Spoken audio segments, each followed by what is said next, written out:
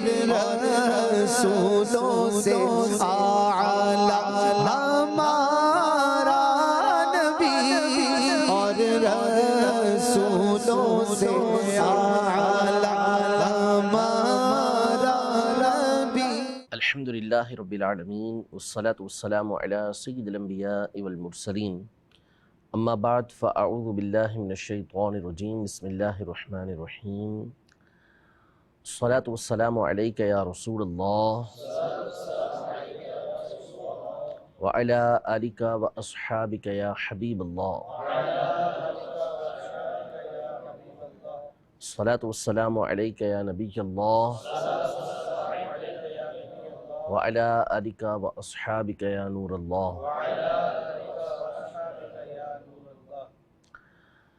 الحمدللہ عز و جل،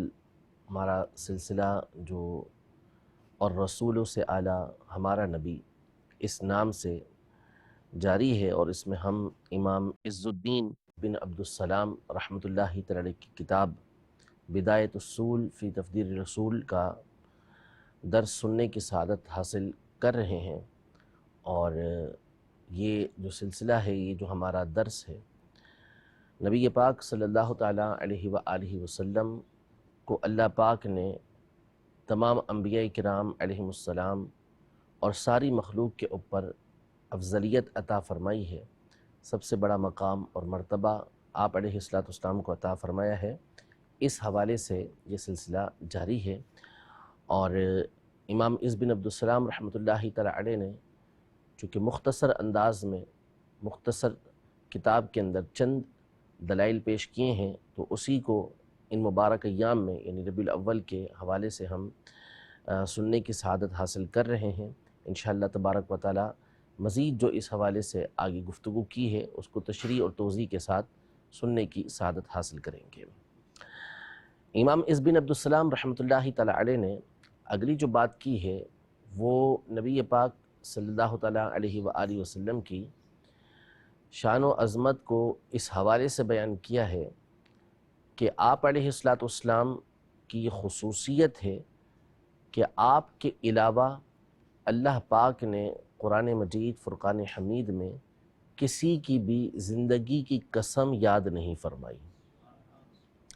یعنی حضور کریم صلی اللہ تعالیٰ علیہ وآلہ وسلم وہ واحد ہستی ہیں کہ اللہ پاک نے آپ کی زندگی کی قسم قرآن پاک میں اٹھائی۔ چنانچہ اللہ پاک سورہ حجر کی آیت نمبر 72 میں ارشاد فرماتا ہے کہ لَعَمْرُكَ إِنَّهُمْ لَفِي سَكْرَتِهِمْ يَعْمَهُونَ، کہ اے محبوب صلی اللہ علیہ وسلم، آپ کی زندگی کی قسم، بے شک یہ کافر اپنے نشے کے اندر گم ہیں۔ یعنی آپ پر ایمان نہیں لاتے، آپ کے ساتھ استہزاء کرتے ہیں،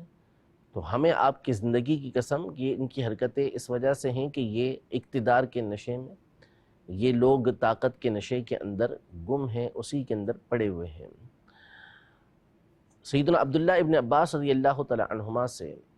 امام بیہقی رحمۃ اللہ تعالی علیہ نے اپنی سند کے ساتھ روایت کیا دلائل النبوہ میں کہ آپ نے ارشاد فرمایا کہ اللہ پاک نے، وہ ذات اللہ پاک کی کہ جس نے ہر شے کو پیدا کیا ہے، ہر شے کو وجود اس نے دیا ہے، جس مخلوق کو اللہ پاک نے پیدا کیا، جس کو وجود دیا اللہ پاک نے، اور ظاہر ہے کہ ہر چیز کو وجود اللہ پاک نے دیا، ہر شے کو اللہ پاک نے پیدا کیا،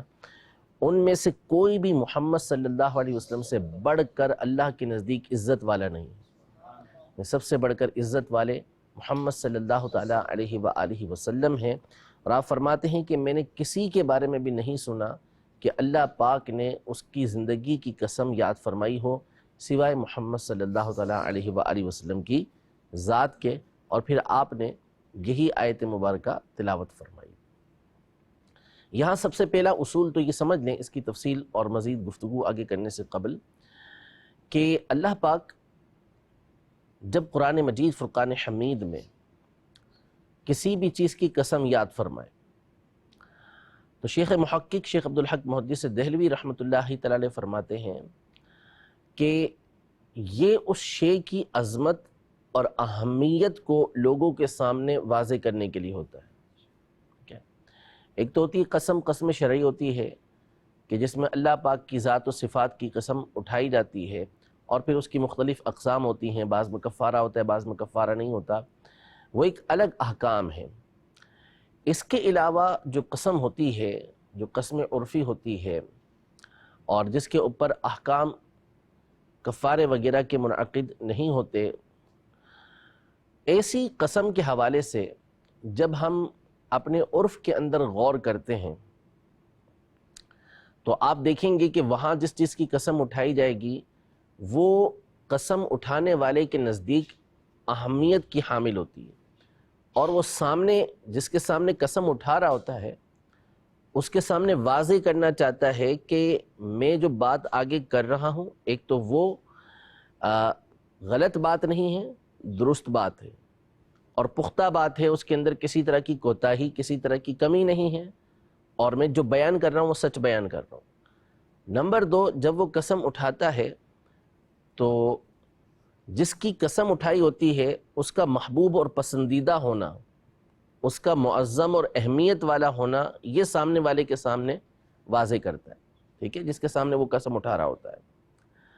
اب کسی کو کہنا ہے کہ میں نے یہ کام نہیں کیا، اس کو یہ تھوڑی بولیں گے کہ مجھے گائے کی قسم یا مجھے بکری کی قسم، ٹھیک ہے، یا مجھے میرے دشمن کی قسم، بلکہ کہیں گے کہ مجھے آپ کی قسم، مجھے میری ماں کی قسم، میں نے یہ کام نہیں کیا، میرے باپ کی قسم، میں نے یہ کام نہیں کیا۔ اسی طرح یہ الفاظ بولے جاتے ہیں۔ عام شخصیت کی قسم نہیں اٹھائی جائے گی، اس کے سامنے واضح کیا جائے گا کہ مجھے تمہاری جان کی قسم، تم مجھے بڑے پیارے ہو، تمہاری قسم کھا کے کہہ رہا ہوں۔ ہاں، یہ واضح کرنے کے لیے، بتانے کے لیے کہ آپ میرے نزدیک بڑے محبوب ہیں، بڑی عظمت والے ہیں۔ عام شخص بھی جب قسم کھاتا ہے تو اس کا مقصود یہ ہوتا ہے۔ تو قرآن مجید فرقان حمید میں بالخصوص جب اللہ پاک کسی شے کی قسم یاد فرماتا ہے تو وہاں پر اس شے کی اہمیت کو، اس کام کی اہمیت کو بیان کرنا مقصود ہوتا ہے۔ اب جو اقسام ہیں قرآن مجید فرقان حمید کے اندر، اس پر علماء کی پوری کتابیں ہیں، اور بیان کیا کہ اللہ پاک نے کہاں کہاں قسمیں یاد فرمائی ہیں، تو وہ بہت ساری ہیں۔ تو اس شے کی اہمیت کو، اس کام کی اہمیت کو اللہ پاک نے واضح فرمائی ہے، یہ ہر ایک سمجھ سکتا ہے، ٹھیک ہے۔ عام غبار ہے، گھوڑے کے پاؤں کے نیچے سے نکل رہا ہے،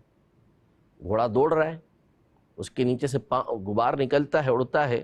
تو اس کی کوئی خاص اہمیت نہیں ہوتی، بندہ اس سے بچتا ہی ہے۔ لیکن اللہ کی راہ میں نکلنے والے گھوڑے، جب ان کے نیچے سے غبار اڑتا ہے تو اس کی قسم اللہ سورہ عادیات کے اندر یاد فرماتا ہے، تو اس کی اہمیت کو بیان کرنے کے لیے۔ فرشتوں کے کاموں کی اللہ پاک نے جگہ جگہ قسم قرآن پاک میں یاد فرمائی ہے۔ تو اس بات کو، اس اصول کو پیش نظر رکھ لیں، ٹھیک ہے۔ اب اس کے بعد جب ہم نبی پاک صلی اللہ تعالیٰ علیہ وآلہ وسلم کی ذات گرامی کے حوالے سے اور آپ سے متعلق جو امور ہیں ان کو دیکھتے ہیں تو کئی چیزوں کی قسم واضح الفاظ کے اندر قرآن مجید فرقان حمید میں موجود ہے۔ جیسے اللہ پاک نے ایک تو نبی پاک صلی اللہ تعالیٰ علیہ وآلہ وسلم کی زندگی کی قسم یاد فرمائی، تو ظاہر ہے کہ نبی پاک صلی اللہ تعالیٰ علیہ وآلہ وسلم کی زندگی اور آپ کا 63 سال تک آپ کا دنیا کے اندر تشریف فرما رہنا یہ کوئی عام چیز تو نہیں ہے۔ نبی پاک صلی اللہ تعالیٰ علیہ وآلہ وسلم اگر دنیا میں ظاہری حیات کے ساتھ تشریف فرما ہو تو یقیناً آپ علیہ السلام کا تشریف فرما رہنا یہ ایک بہت بڑی بات ہے کہ نبی پاک صلی اللہ تعالیٰ علیہ وآلہ وسلم تشریف فرمائے۔ تو اس لیے اللہ پاک نے آپ علیہ السلام کی زندگی کی قسم یاد فرما کر اس بات کو واضح فرما دیا کہ آپ کی زندگی بہت اہمیت کی حامل ہے۔ اس کے علاوہ اللہ پاک نے نبی پاک صلی اللہ تعالیٰ علیہ وآلہ وسلم کے فرمان کی قسم یاد فرمائی کہ آپ کے لیے ارشاد فرمایا سورہ زخرف کے اندر کہ وَقِيلِهِ، اے محبوب آپ کے قول کی قسم، آپ کی گفتگو کی قسم، آپ کے کلام کی قسم، آپ کی بات کی قسم۔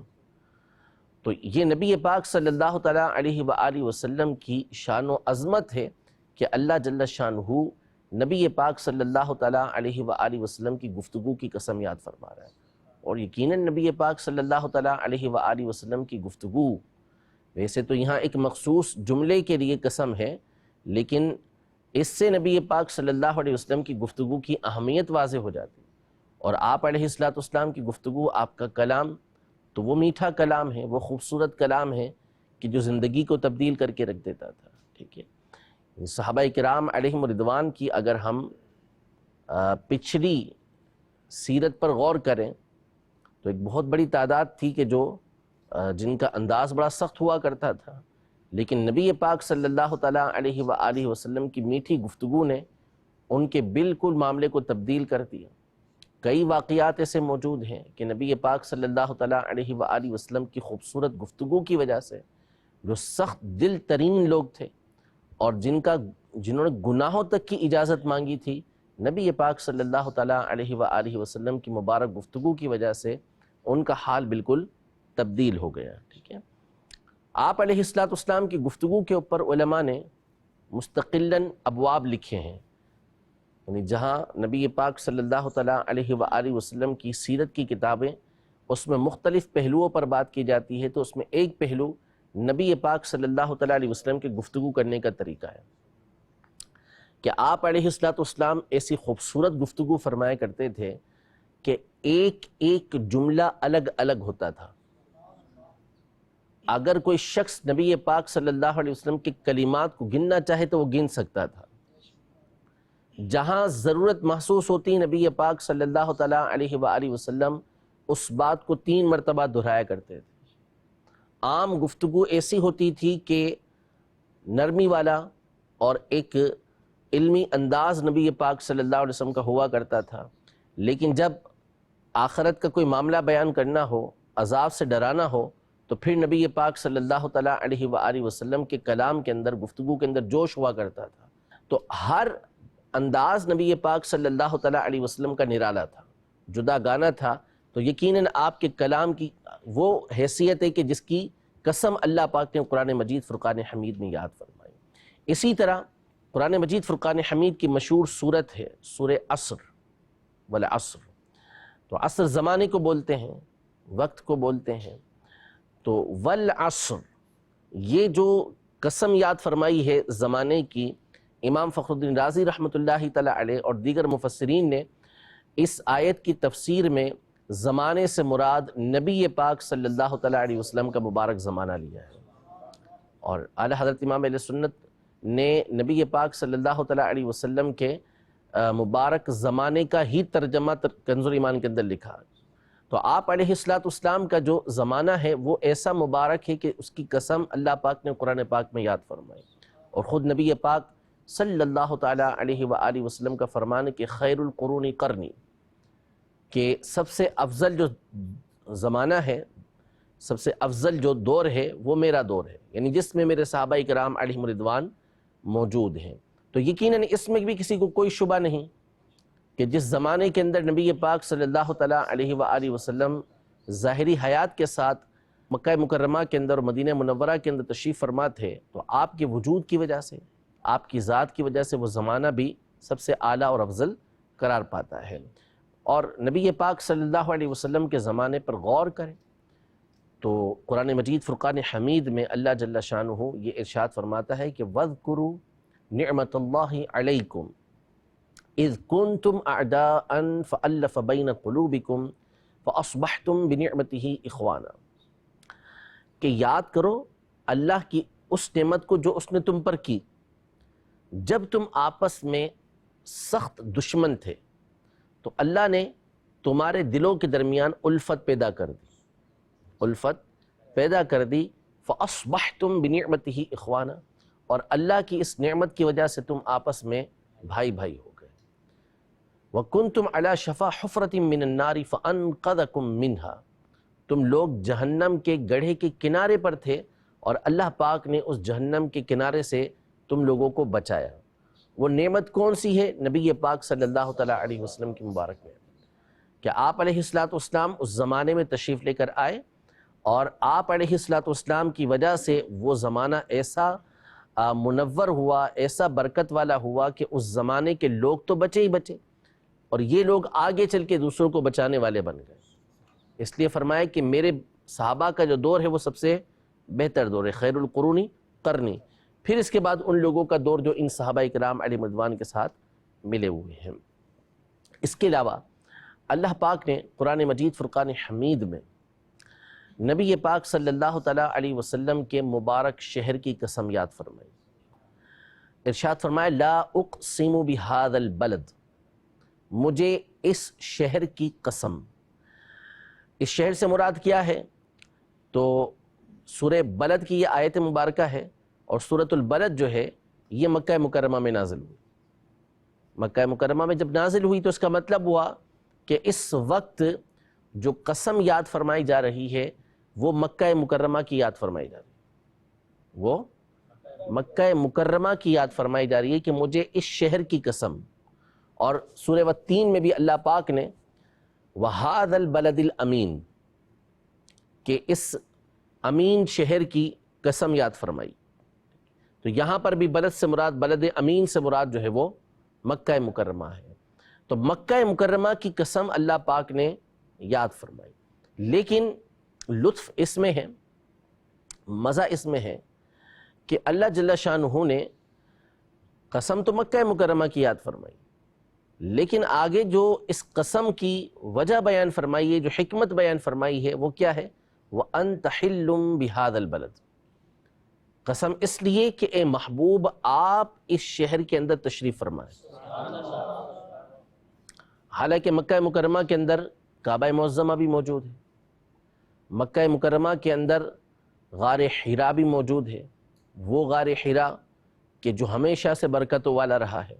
تو اور مقامات ہیں عظمت و برکت والے۔ حضرت ابراہیم علیہ السلام اس شہر کے اندر تشریف فرما ہوئے، حضرت اسماعیل علیہ السلام نے اپنی زندگی ہی گزاری، اور یہیں آپ اور آپ کی والدہ کی قبریں بھی موجود، اور اسی طرح اور انبیاء کرام علیہ السلام بھی یہاں پر آتے رہے۔ قسم کی وجہ اللہ پاک نے جو ارشاد فرمائی، جو حکمت بیان فرمائی، وہ کیا ہے؟ وَأَنْتَ حِلٌّ بِهَذَا الْبَلَدِ کہ اے محبوب آپ اس شہر کے اندر تشریف فرمائیں۔ تو علماء نے اس حوالے سے کتابیں لکھی ہیں کہ مکہ مکرمہ افضل ہے یا مدینہ منورہ افضل ہے۔ علامہ جلال الدین سیوطی شافعی رحمۃ اللہ تعالی علیہ کی کتاب ہے الحجج المبینہ فی التفضیل بین مکہ والمدینہ، کہ مکہ اور مدینہ کے درمیان افضل کون ہے اس کے اوپر واضح دلیل ہے۔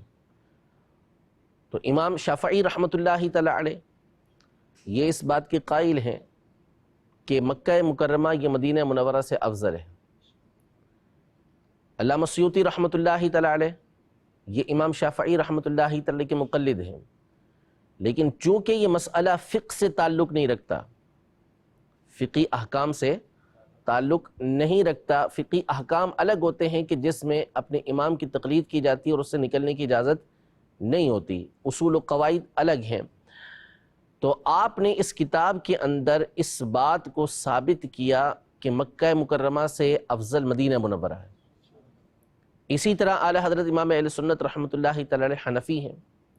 اور آپ مضبوطی کے ساتھ فقہ حنفی کے اوپر قائم رہتے ہیں،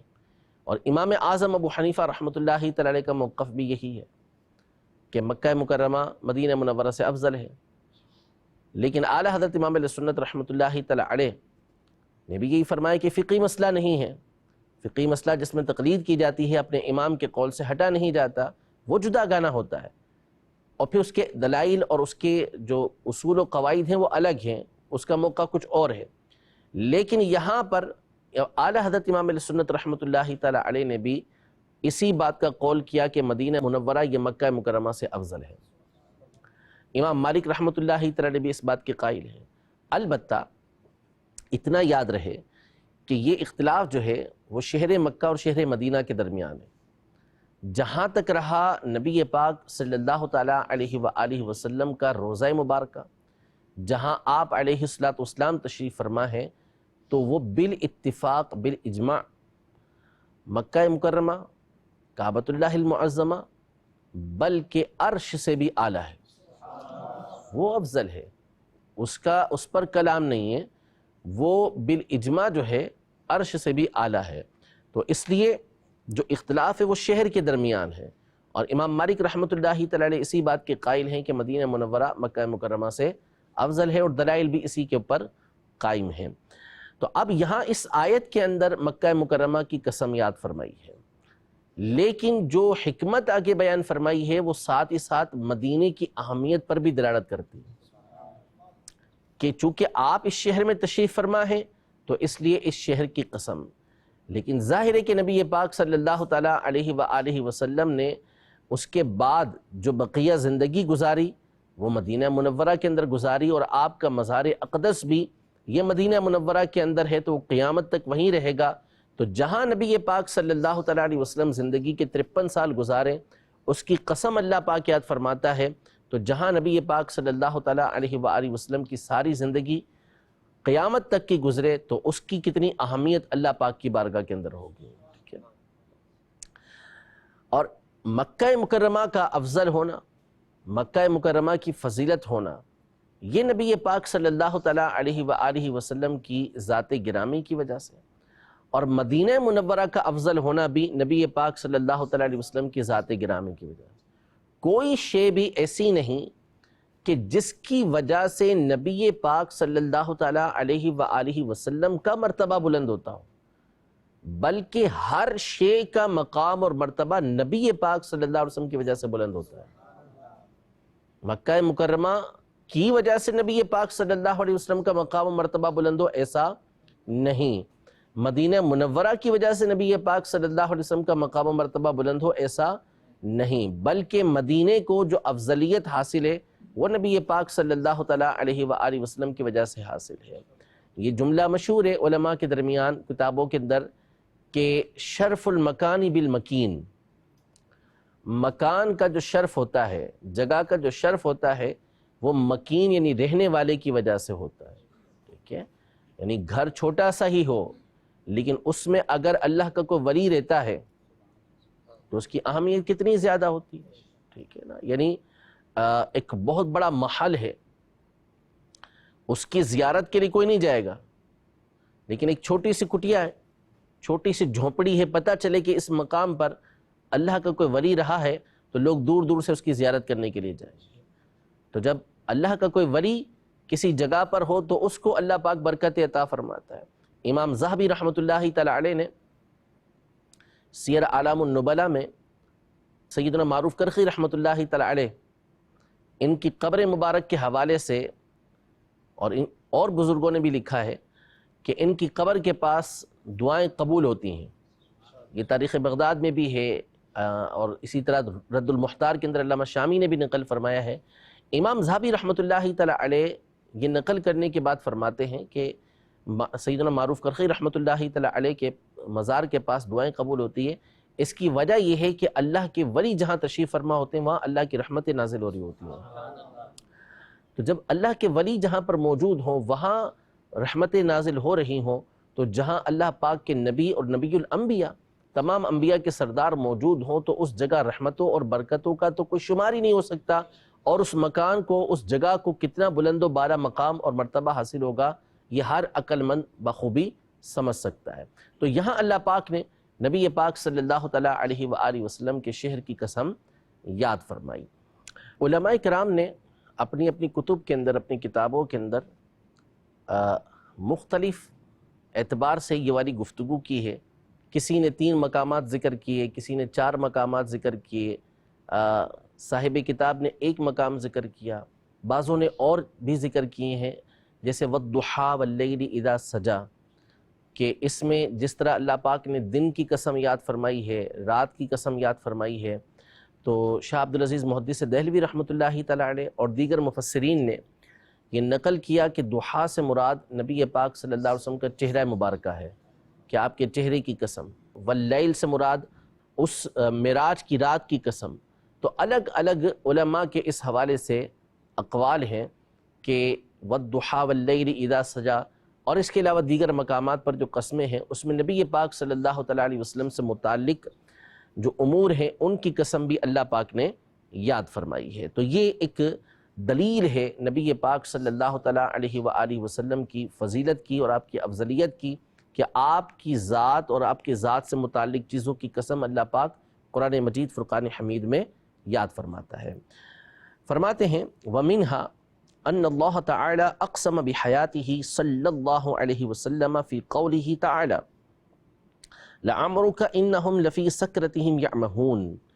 کہ انہی دلائل میں سے ایک یہ ہے کہ اللہ تعالیٰ نے